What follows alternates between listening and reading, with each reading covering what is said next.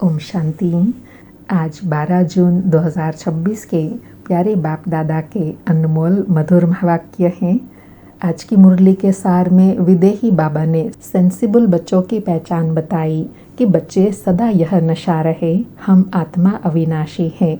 बाबा कहे अविनाशी चीज़ का ही नशा रहना चाहिए, विनाशी चीज़ का थोड़े ही नशा होना चाहिए। देह के नशे वाले को देह अभिमानी कहा जाता है। तो बाबा पूछे देह अभिमानी अच्छे व आत्म अभिमानी अच्छे? बाबा कहे सेंसिबल समझदार किसको कहेंगे? जो आत्म अभिमानी बनते हैं, क्योंकि आत्मा तो अविनाशी है, देह विनाशी है। तो प्रीत उनसे लगानी है जो अविनाशी हैं। और साथ में कहा बाप भी अविनाशी हैं, हम आत्माएं भी अविनाशी हैं, यह ड्रामा भी अविनाशी है।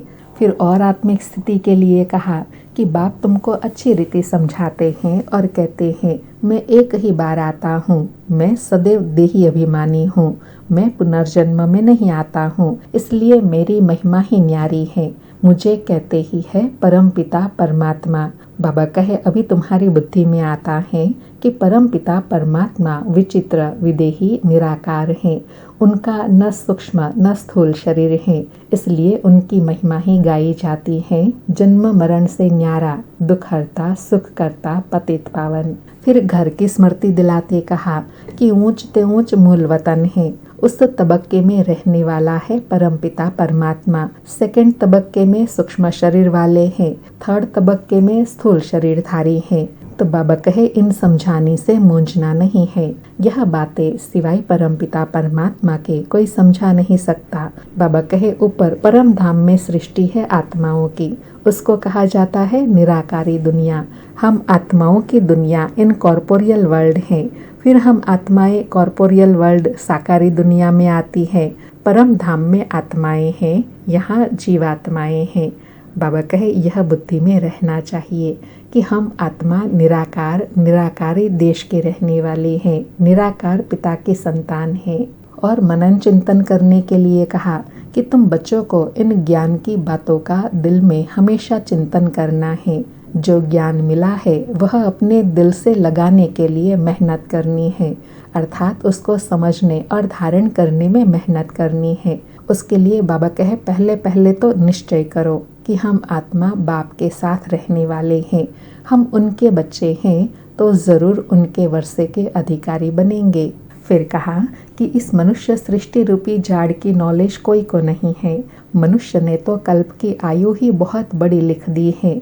अभी बाप तुमको समझाते हैं बच्चे, अभी तुमको फिर से अपने घर जाना है, वह है तुम आत्माओं का घर। बाप और बच्चे वहाँ रहते हैं, वहाँ और कोई संबंध नहीं।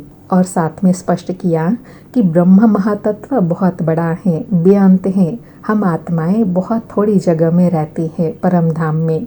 यहाँ सृष्टि पर तो बिल्डिंग आदि कितनी बड़ी बड़ी बनाते हैं, स्पेस धरती की बहुत बड़ी है, क्योंकि यहाँ शरीर है तो खेती बाड़ी आदि भी चाहिए ना, शरीर को रहने के लिए स्थान भी चाहिए, बिल्डिंग आदि बनाते हैं। बाबा कहे आत्मा तो बहुत थोड़े स्पेस में रहती है। और कहा ज्ञान तुम बच्चों को एक ही बार मिलता है, फिर कल्प बाद तुम बच्चों को दिया जाता है। तो यह नशा और स्मृति रहने चाहिए, हम देवता धर्म वाले थे, अब हम फिर से बाप के बने हैं देवता बनने के लिए। फिर विशेष कहा कि तुम बच्चे समझते हो शिव बाबा ने ब्रह्मा बाबा में प्रवेश किया है, हमको यह नॉलेज समझाते हैं। ब्रह्मा विष्णु शंकर के पार्ट को भी तुम बच्चों को समझना है। बाप को तो समझा है कि पतित पावन है, ऐसे हर एक के पार्ट को समझना है, क्योंकि हर एक की महिमा अलग अलग है, हर एक की ड्यूटी अलग अलग है। और लास्ट में गौमुख का भावार्थ समझाते कहा कि शिव बाबा निराकार हैं, उनको भी बोलने के लिए कर्म इंद्रियों का आधार लेना पड़ता है, इसलिए दिखाते हैं गौमुख से गंगा निकली। तो शिव बाबा ब्रह्मा बाबा में आकर ज्ञान की गंगा बहाते हैं, इसलिए बाप को ही सब याद करते हैं, हे पतित पावन आओ, हमको सब दुखों से छुड़ाओ। वही बड़े ते बड़ा सर्जन है, सब दुखों से छुड़ाते हैं। और साथ में कहा कि सतयुग में सब निरोगी होते हैं, यह लक्ष्मी नारायण सतयुग के मालिक हैं। इनको ऐसे कर्म सिखलाने वाले कौन जो इतने निरोगी बने? बाप ही आकर श्रेष्ठ कर्म सिखाते हैं। बाबा कहे यहाँ तो कर्म कूटते रहते हैं क्योंकि विकर्म करते हैं।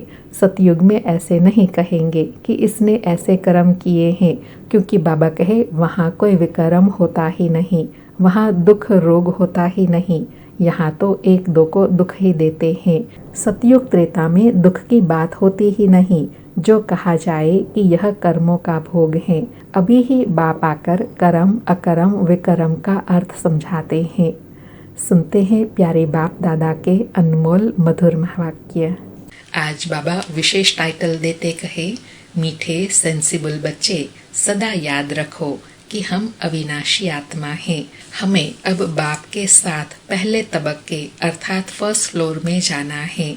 मीठे सेंसिबल बच्चे सदा याद रखो कि हम अविनाशी आत्मा हैं। हमें अब बाप के साथ पहले तबक्के फर्स्ट फ्लोर में जाना है। आज मुरली से प्रश्न है, कौन सी मेहनत तुम हर एक बच्चे को अवश्य करनी है?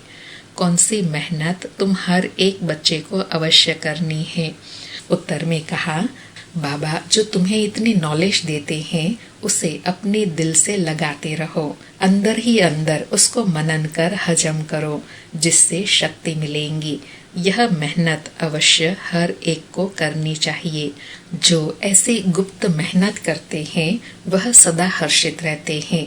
उन्हें नशा रहता है कि हमें पढ़ाने वाला कौन है, हम किसके सामने बैठे हैं।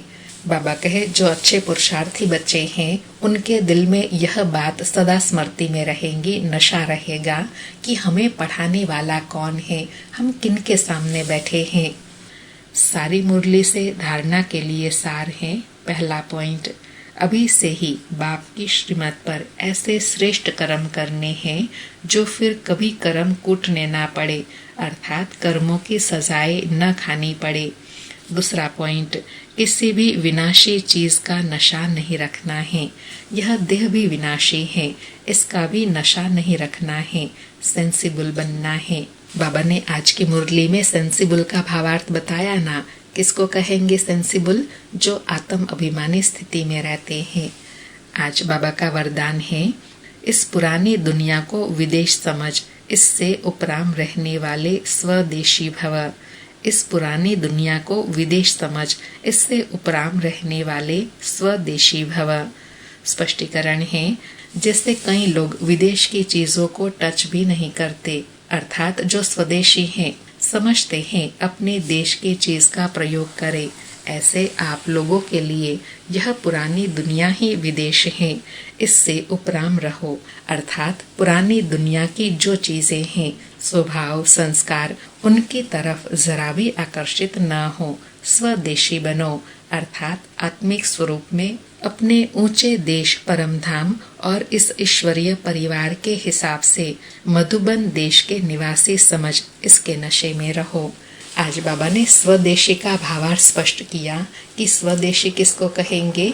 जो स्वयं का स्वभाव है, ओरिजिनल स्वभाव है, उसी स्वभाव में रहना, उसी से ही कर्म में व्यवहार में आना।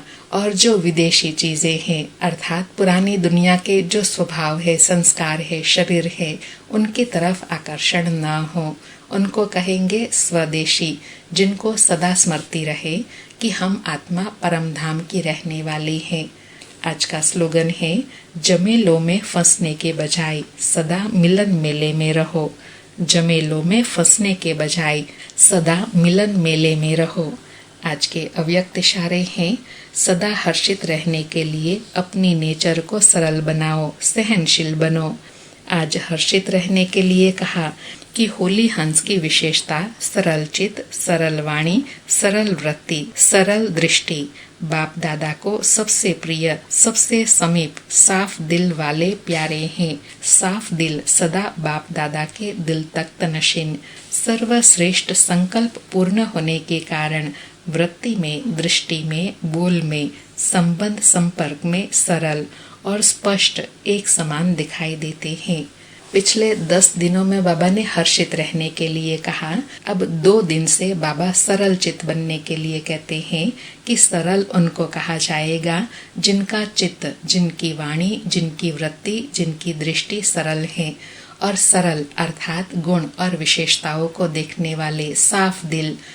अच्छा, ओम शांति। शुक्रिया बाबा, शुक्रिया।